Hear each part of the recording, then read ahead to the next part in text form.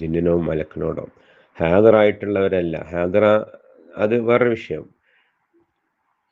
ഇത് വാദിക്കുന്നവരുണ്ട്. അതുപോലെ തന്നെ ഇവിടെയുള്ള പണ്ഡിതന്മാർ, ഇപ്പോൾ സുലൈമാൻ റുഹൈലി, സാലിയ സ്വൈമി, ഇത്തരം പണ്ഡിതന്മാരുടെ ചില സംസാരങ്ങളെ വ്യാഖ്യാനിച്ചിട്ട് അത് അവർ ഹാദിറാന്ന് ഉദ്ദേശിക്കുന്നത് ഈ മനുഷ്യരിൽ ഉണ്ട് എന്നുള്ള മംസൂസായിട്ടുള്ള ജിന്നുകൾ, അല്ലെങ്കിൽ മനുഷ്യരൂപത്തിലോ ഈ ഭൗതിക ജീവികളുടെ രൂപത്തിലോ വന്നിട്ടുള്ള ജിന്നുകൾ, അവരോടുള്ള സംസാരത്തിൽ വരുന്ന ഈ ഷിർക്കായിട്ടുള്ളതും അനുവദനീയമായിട്ടുള്ളതും അല്ല വസീലയായിട്ട് ഹറാമായിട്ടുള്ളതുമായ സംസാരങ്ങളെ വ്യാഖ്യാനിച്ചിട്ട് ഇത് പറയാൻ ഇവൻ ആരാണ്?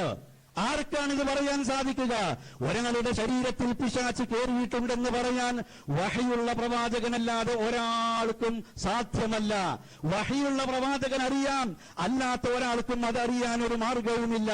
അതുപോലെ തന്നെ ഇവിടെയുള്ള പണ്ഡിതന്മാർ, ഇപ്പോൾ സുലൈമാൻ റുഹൈലി, സാലിയ സ്വൈമി, ഇത്തരം പണ്ഡിതന്മാരുടെ ചില സംസാരങ്ങളെ വ്യാഖ്യാനിച്ചിട്ട് അത് അവർ ഹാദിറാന്ന് ഉദ്ദേശിക്കുന്നത് ഈ മനുഷ്യരിൽ ഉണ്ട് എന്നുള്ള മംസൂസായിട്ടുള്ള ജിന്നുകൾ, അല്ലെങ്കിൽ മനുഷ്യരൂപത്തിലോ ഈ ഭൗതിക ജീവികളുടെ രൂപത്തിലോ വന്നിട്ടുള്ള ജിന്നുകൾ, അവരോടുള്ള സംസാരത്തിൽ വരുന്ന ഈ ഷിർക്കായിട്ടുള്ളതും അനുവദനീയമായിട്ടുള്ളതും അല്ല വസീലയായിട്ട് ഹറാമായിട്ടുള്ളതുമായ സംസാരങ്ങളെ വ്യാഖ്യാനിച്ചിട്ട് ഇത് പറയാൻ ഇവൻ ആരാണ്?